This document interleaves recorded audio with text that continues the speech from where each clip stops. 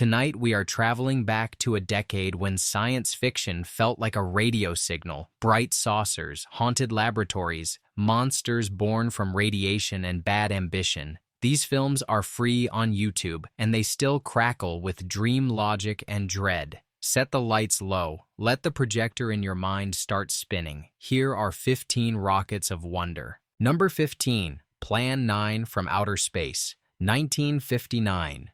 Plan 9 from Outer Space is the outsider anthem of 1959. It is stitched together with graveyard fog, cardboard sets, and fearless sincerity. The story opens with deaths that will not stay quiet. Flying saucers arrive and the dead rise because aliens believe humans will trigger a world-ending weapon. The plot is wild, yet the mood is strangely mournful. You can feel the hunger behind every frame. A small crew is trying to build the future out of plywood and lightning. What makes this film perfect for a late-night YouTube watch is how openly it shows the seams. Shadows slide across backdrops. Police offices look like borrowed rooms. The famous space commander lectures humanity with the patience of a weary teacher. Instead of ruining the ride, those flaws become part of the charm. It plays like a dream you can almost control, yet never fully direct. The performances swing from stiff to oddly tender, which only makes the film more hypnotic. Pay attention to the way the movie sells apocalypse through words, not spectacle. Characters speak about annihilation with the gravity of wartime newsreels. Then the camera returns to tiny streets and lonely cemeteries. That contrast gives the story its strange power. It is a Cold War nightmare scaled down to something one town can feel. And it is also a love letter to pulp magazines and drive-in thrills. When you finish it, look up how the movie earned its reputation and how later generations reclaimed it as cult royalty. Plan 9 is not just a joke, it is proof that imagination can survive a lack of money. Search it on YouTube and let the saucers hover over your screen. Watch it with a friend, and you will both start quoting lines you never expected to love. The legend of director Ed Wood hangs over every cut, yet the heart of the film beats loud. That is why it endures. Number 14. Teenagers from Outer Space, 1959. Teenagers from Outer Space is a lean shocker from 1959 that moves like a comic book sprint. A group of alien youths land on Earth with a mission: turn the planet into a farm for enormous creatures called gargons. One of them refuses. He looks at humans and sees more than livestock. That small choice becomes the engine of the whole film. It is rebellion by empathy, and it turns a cheap invasion plot into something strangely sweet. The movie wastes no time. A ray gun melts metal. A police chase rolls through quiet streets. A lonely girl meets the stranger who cannot go home. The dialogue is simple and direct. That helps the tension because the film never hides behind cleverness. It keeps pushing forward like a warning siren. The Gargan monster is pure drive and delight. Big eyes, rubber skin, clumsy menace. Yet the filmmakers frame it with real suspense. They know the monster is not the point. The point is what the boy risks by defying his own people. What you should listen for is the tone. The film feels like a teen drama trapped inside a sci-fi nightmare. There is romance. There is guilt. There is the fear of authority. The alien leader is cold and absolute. His order is law. That dynamic mirrors the era. 1959. America is full of talk about conformity and danger from outside. Here, the danger comes from a youth culture that is literally not human, but the hero is also youth. The film argues that the future can choose compassion. On YouTube, it plays perfectly because it is short and punchy. Put it on and let it run. By the final act, the story becomes a countdown to planetary death. When the Gargon appears, you will either laugh or cheer. Either way, you will remember it. It is a midnight movie in pure form. Number 13. Robot Monster, 1953. Robot Monster from 1953 is the kind of film that feels like it slipped through a crack in reality. The premise is brutal. Earth has been wiped out by an alien plan. Only a handful of survivors remain. Their enemy is a creature named Ro-Man, who wears a diving helmet and a gorilla suit and speaks with lonely authority. It sounds absurd. Then you watch it and realize the movie is operating on pure nightmare logic. It is less a story and more a fever. The survivors hide among rocks and talk about hope and fear. Ro-Man stalks them with a bubble machine that stands in for alien technology. The film uses real locations, and that gives it an odd weight. The sunlight is harsh. The rocks look ancient. Against that backdrop, the monster feels like a childlike demon standing in a sacred place. It should not be there. That wrongness creates tension. Every scene becomes uncanny. What makes Robot Monster worth your time is the sadness inside the cheapness. Ro-Man is not just a villain. He is a worker, following orders. He does not want to destroy. He wants to belong. His monologues are full of longing and confusion. He is trapped between the aliens who command him and the humans he starts to pity. That emotional thread is stronger than you expect from a film with a gorilla helmet monster. It turns the movie into a twisted moral tale about obedience. The film also has a strange connection to early 3D gimmicks. Some versions were made with a 3D system and later shown flat. Even without the depth effect, you can feel the camera reaching for spectacle. Characters move toward the lens. Props are thrust forward. It is cinema trying to break the screen. On YouTube, this one plays like a piece of outsider art. Let it wash over you. Laugh if you want. Then notice how the ending lingers like a bad dream you cannot shake. Number 12. Catwomen of the Moon, 1953. Catwomen of the Moon. From 1953 begins like a straight space adventure. A small crew launches toward the moon hoping to claim riches and glory. Then the film tilts into something stranger. Beneath the dust, they discover an underground civilization of women who have survived in secrecy. They communicate with telepathy. They move with calm confidence. They see the visitors as threats and as opportunities. The moon becomes a stage where power games play out in whispers. The sets are simple, but the mood is thick. Dark caverns, harsh spotlights, silvery costumes that look like space-age nightlife. The leader of the Moon Society watches the men like a chess player. She probes their thoughts and finds the cracks. One man begins to hear her voice even when she is not present. His loyalty weakens. His judgment slips. The film turns mind control into its main weapon, which makes the danger feel intimate.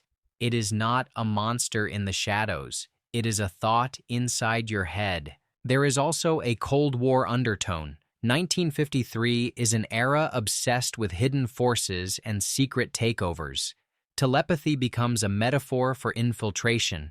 The men argue about leadership. They doubt each other. The mission starts to rot from the inside. The Moon Women do not need lasers to win. They only need to guide a weakness in the right direction. What keeps the movie fun is how bold it is about its fantasies. It plays gender politics like pulp melodrama. It flirts with fear of seduction and fear of being controlled. Yet, it also gives the Moon Women real agency. They are not just decorations. They are strategists with a plan for survival. On YouTube, this is an easy late-night watch. Let it unfold slowly. Notice the performances. Notice how the film uses quiet scenes to build tension. When the final escape begins, you will feel the pressure even if the effects are modest. Number 11. The Amazing Colossal Man, 1957. The Amazing Colossal Man from 1957 takes the atomic age fear and gives it a human face. A military officer is caught near a nuclear test. He survives, but his body begins to grow. At first, it is a medical mystery. Then it becomes a public nightmare. The film follows his transformation from respected man to towering accident. His growth is not a gift, it is a slow theft of identity. The movie keeps returning to the idea of normal life slipping away. Doctors measure him, generals study him, newspapers turn him into a spectacle. He cannot fit in rooms, he cannot sit at tables. Even his voice feels distant from his own world. As his size increases, his mind fractures, memory blurs, rage rises. The film treats this as tragedy more than thrill. That is why it still works. You are watching a man lose control while the system around him tries to contain him. The special effects are classic 50s ingenuity. Forced perspective, oversized props, matte shots that create the illusion of a giant moving through real streets. When the colossal man steps into the city, the film shifts into full panic mode. Sirens blare, crowds scatter, tanks roll. The giant becomes a living symbol of the era, a weapon created by the same atomic pride that promised safety. What makes it perfect for YouTube is its pacing. It moves from science lab scenes to urban destruction without wasting time. The dialogue is blunt. The emotions are big. It is easy to get pulled in even if you have seen many giant monster pictures. This one hits differently because the monster is not a creature from space. It is a soldier who did what he was told. Watch the ending with the lights low. The final images feel like a moral verdict. 1957, science fiction often warns about playing with forces you cannot control. This film delivers that warning in the shape of a man who grows beyond all mercy. Number 10. The Crawling Eye, 1958. The Crawling Eye from 1958 begins with a mountain wrapped in cloud like a warning. A cable car swings through fog. People vanish. Survivors stumble out with blank fear in their eyes. An investigator arrives and finds a village trapped between weather and something far worse. The mist is not natural. It behaves like a curtain pulled by an unseen hand. And behind that curtain, something is hunting. The film turns altitude into dread. Wind howls. Visibility collapses. The world becomes a small circle of light and a wall of gray. In that gray, you start to see shapes, first as a rumor, then as a certainty. A creature is moving inside the cloud, and it is patient. When the attacks happen, they feel sudden and intimate. The monster does not roar. It simply appears and claims a victim. That quiet approach makes the fear sharper because the characters cannot hear danger coming. What makes this movie stand out is the idea that nature itself has been weaponized. The fog becomes a disguise and a trap. People gather in a small inn and argue about what is real. The local doctor struggles to explain the strange injuries. The investigator pushes for facts. The military circles closer. Each step toward the truth increases the panic because the truth is not something you can negotiate with. When the creature is finally revealed, it is a classic 50s shock.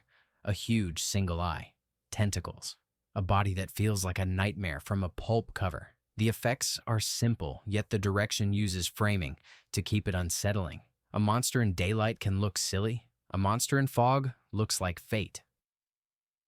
The film understands that, and it leans into atmosphere over spectacle. On YouTube, this plays like a perfect late-night chill.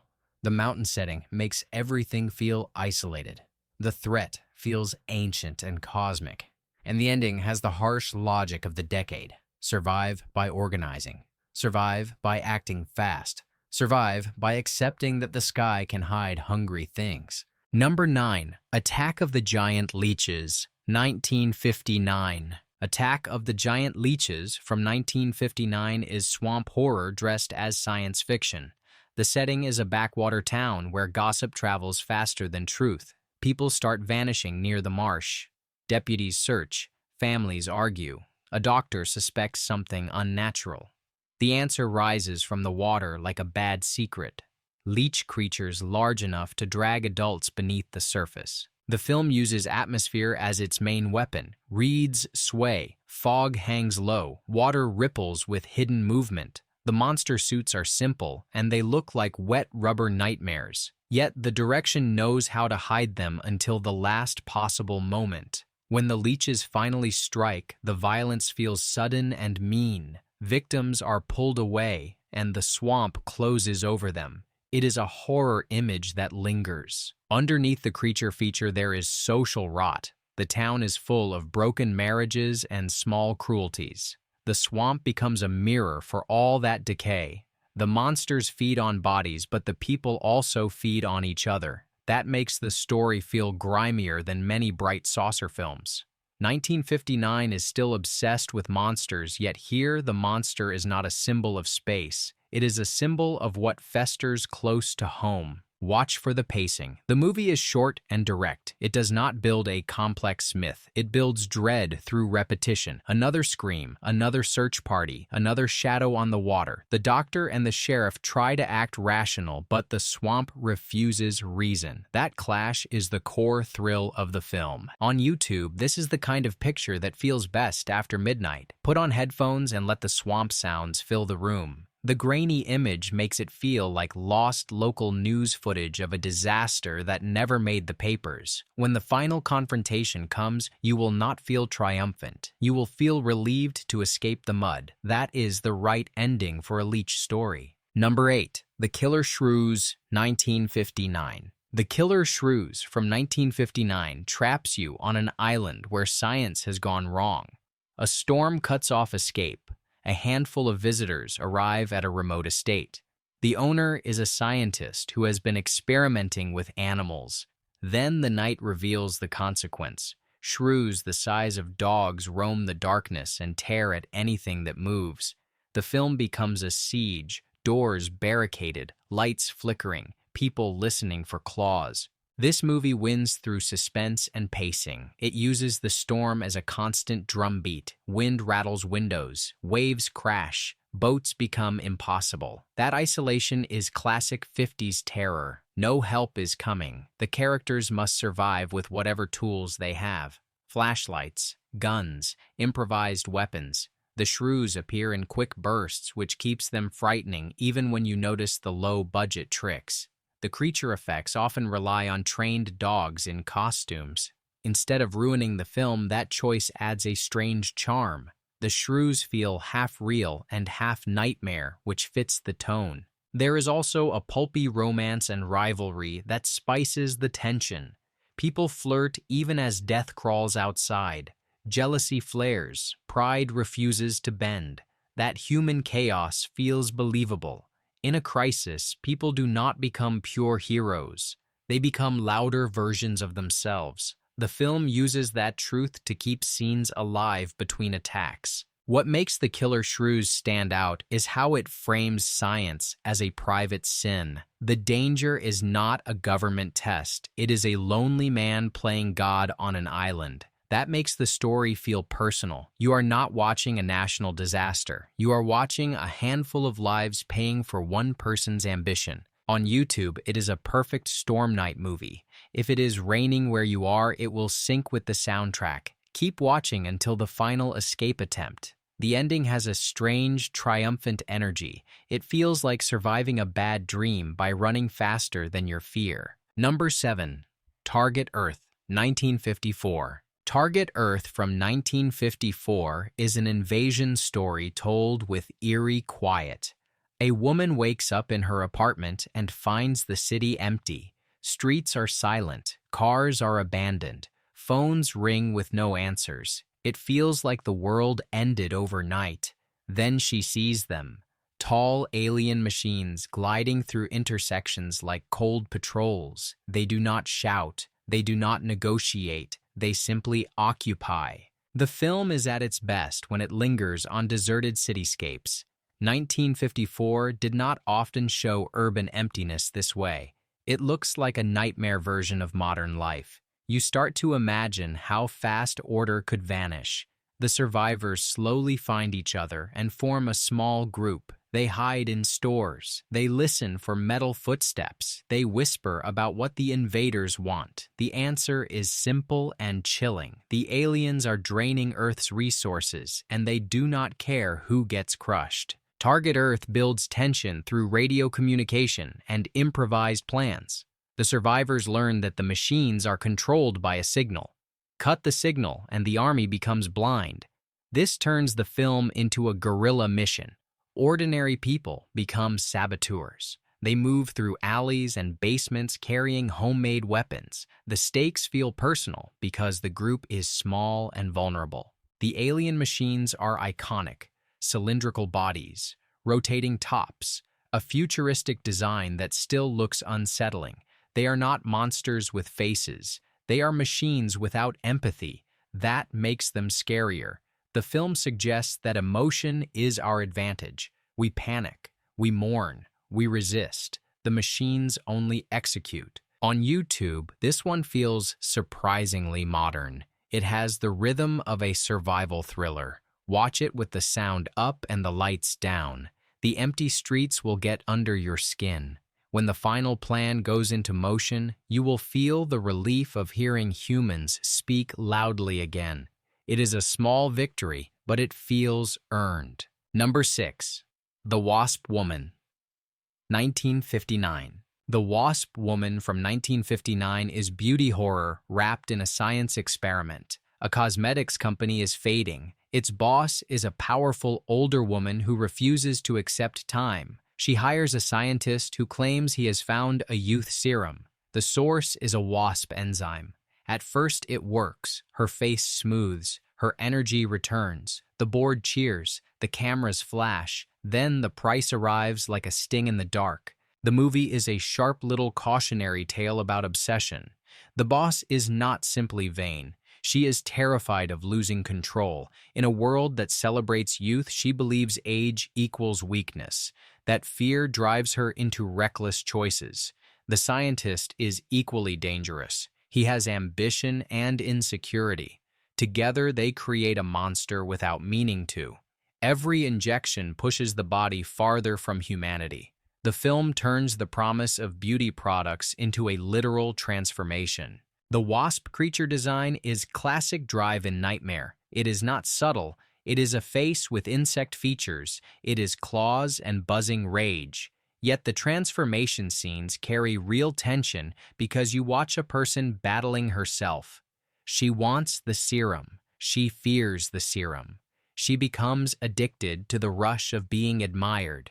That emotional cycle makes the horror land. There is also a business thriller running through it. The company is in crisis. Men in suits talk about profits and image. They treat the boss as a brand more than a person. That pressure adds bite to her choices. 1959 science fiction often uses monsters to expose social anxieties. Here, the anxiety is aging and the cruelty of a marketplace that rewards faces over souls. On YouTube, this is a perfect quick watch. It is pulpy, it is tense, it has a moral sting that still feels modern. When the final chase hits, you will realize the real monster was never the wasp. It was the fear of becoming invisible. Number 5. The Giant Gila Monster, 1959. The Giant Gila Monster from 1959 is small-town rock and roll colliding with reptile terror. Teens cruise the highways. A local mechanic dreams of something bigger than his dusty streets. Then people start dying near the river. Cars are found wrecked. Bodies vanish. Rumors spread. The truth crawls out of the brush. A giant lizard has grown beyond nature and it is hungry. This film has a charming energy because it mixes teen drama with creature panic. You get dances and dates and jokes at the diner. Then you get the sheriff looking at claw marks and trying to keep calm. That balance makes the attacks feel sharper. The monster becomes the thing that interrupts youth.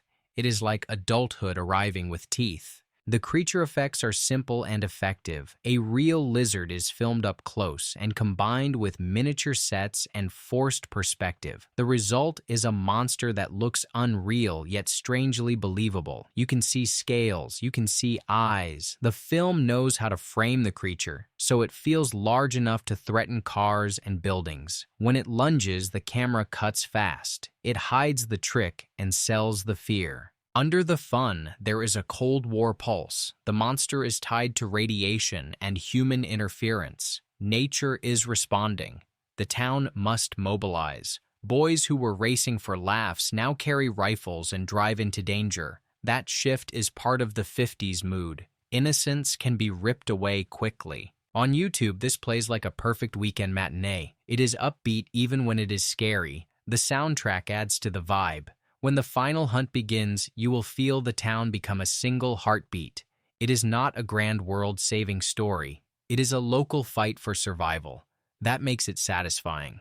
Sometimes the best science fiction is just a monster in your backyard. Number 4. Queen of Outer Space, 1958. Queen of Outer Space from 1958 is a bright, colorful space fantasy that feels like a theatrical postcard.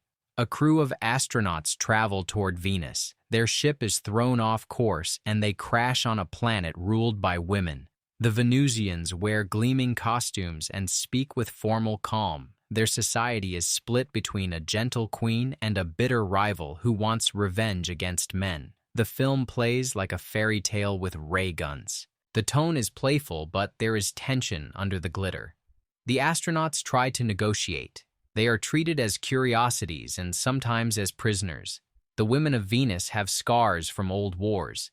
They fear violence and they fear domination. That backstory gives the movie weight even when the sets look like stage curtains. The film suggests that a peaceful society can still be haunted by old wounds. What makes Queen of Outer Space a great YouTube watch is how charmingly it embraces its own artifice. The planet landscapes are stylized. The spaceship interiors look like clean science exhibits. The performances lean into melodrama. It is not trying to be hard science. It is trying to be escapist. Yet it still reflects 1958 anxieties about gender and power. The idea of a world without men is treated as both utopia and threat, depending on who is speaking. Pay attention to the villain. She hides behind a mask and uses intimidation. Her hatred is not random. It comes from pain. In classic pulp fashion, that pain turns into control. The film contrasts her with the queen who believes cooperation can heal. That conflict becomes the moral center. The astronauts are caught in the middle. They must prove they are not conquerors. On YouTube, this one feels like comfort food science fiction. It is light, it is romantic, it has humor that lands because the actors commit. By the end, you will feel like you visited a strange stage planet and returned with a story to tell. Put it on when you want vintage space charm without heavy darkness. Number 3. The Monster of Piedras, Blancas, 1959. The Monster of Piedras Blancas from 1959 is coastal creature horror with a gloomy pulse. A lighthouse stands over rocky water like a watchtower. Nearby, a small town tries to live normally. Then bodies start showing up, torn, drained, dragged from the sea. The locals whisper about something living in the caves. A marine biologist investigates and finds evidence of an ancient amphibious creature that should not exist. This film uses the shoreline as a haunted border.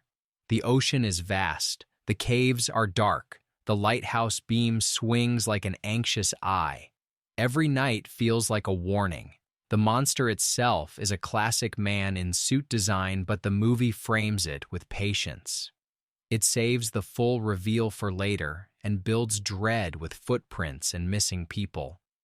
When the creature finally appears, it looks like a slimy relic from a forgotten age. It is not fast. It is persistent. That persistence is scary. It suggests the ocean has been hiding this nightmare for centuries and it will not be chased away easily. There is also a hint of tragedy. The monster is linked to a lonely human caretaker who feeds it and hides it. That relationship adds an uneasy layer. It turns the story into a tale of denial. The caretaker believes he can control the creature. He cannot. 1959. Cinema often warns about humans trying to tame forces larger than them. Here, the force is the sea itself and the beast it shelters. On YouTube, the film has a moody atmosphere that plays well in a dark room. The black and white photography makes the coastline feel colder. The lighthouse scenes in particular look striking. When the townspeople finally rally, you get a satisfying hunt with torches and panic. It is a simple story told with grim sincerity. If you like sea monsters and lonely places, this one will hit hard. Number 2. The Phantom from 10,000 Leagues, 1955. The Phantom from 10,000 Leagues from 1955 is a seaside mystery that blends mad science with a sea creature myth. A fishing village is shaken by strange deaths. Divers surface in terror. Nets come back shredded. A reporter and a scientist start digging for answers and find a hidden lab beneath the coastline. In that lab, a brilliant mind has been experimenting with sea life and building a living weapon. The film moves like a detective story. Clues lead from docks to caves to secret doors. The ocean becomes a curtain that hides human wrongdoing. The monster is not a random beast. It is an altered creature forced into violence. That makes the horror feel crueler. Someone created it. Someone pointed it at the town. The creature suit is classic 50s rubber, but the film uses shadows and water to make it threatening. Underwater shots add texture and danger. The most interesting part is the villain. He is the archetype of the isolated genius who believes morality is optional. He speaks softly. He acts rational. He is capable of murder without raising his voice. That calm evil fits the era. 1955 audiences lived with the fear that science could be used without conscience. This film turns that fear into a coastal nightmare. On YouTube, it plays like a lost chapter of an old serial. You can feel the pace of pulp chapters. Each scene pushes you toward the next reveal. By the final act, the story becomes a raid on the hidden lab. The town fights back. The sea creature becomes both threat and victim. That mix of action and melancholy gives the ending punch. Watch it if you want sea monster vibes without the usual invasion plot. This is a local crime story wearing a science fiction mask. It is weird, it is direct, and it is exactly what midnight viewing was made for. Number 1. The Unearthly, 1957. The Unearthly. From 1957 is a laboratory horror that lives in the shadow of the Mad Doctor legend. A respected surgeon runs a private clinic where wealthy patients come for miracle cures. He promises new treatments. He smiles warmly. Behind locked doors, he conducts experiments on people he considers disposable. Victims vanish. A nurse grows suspicious. A reporter senses a story. The film becomes a slow walk toward a hidden basement of horrors. This movie is science fiction in the form of moral dread. The doctor is not chasing aliens. He is chasing perfection. He believes genius grants permission. That arrogance is the true monster. The film uses clinical rooms and sterile dialogue to create unease. Everything looks normal, which is the point. Evil can wear a white coat and speak politely. 1957 audiences were wrestling with the ethics of new medicine and new power. The Unearthly turns that anxiety into a pulp thriller. The pacing is patient. It builds suspense through investigation. Characters compare notes. They follow leads. They enter the clinic and feel the coldness under the charm. The film then drops into full horror when the secret lab is revealed. There are cages. There are grotesque experiments. There is the idea that a human body can be reshaped like clay. The special effects are simple, but the implication is strong. Your imagination fills the gaps. On YouTube, this one hits hardest if you watch it alone. The quiet scenes feel like someone is watching you back. The doctor's speeches are chilling because they are calm. He talks about progress while treating people as parts. When the final confrontation arrives, the film does not offer grand justice. It offers a grim release. The evil is exposed, but the damage remains. If one of these midnight relics grabs you, do not stop at the credits. Search for the trailers, read the posters, chase the actors into other cheap miracles. And if you want more lists like this, hit like, subscribe, and tell me which 1950s shocker you watched tonight right now.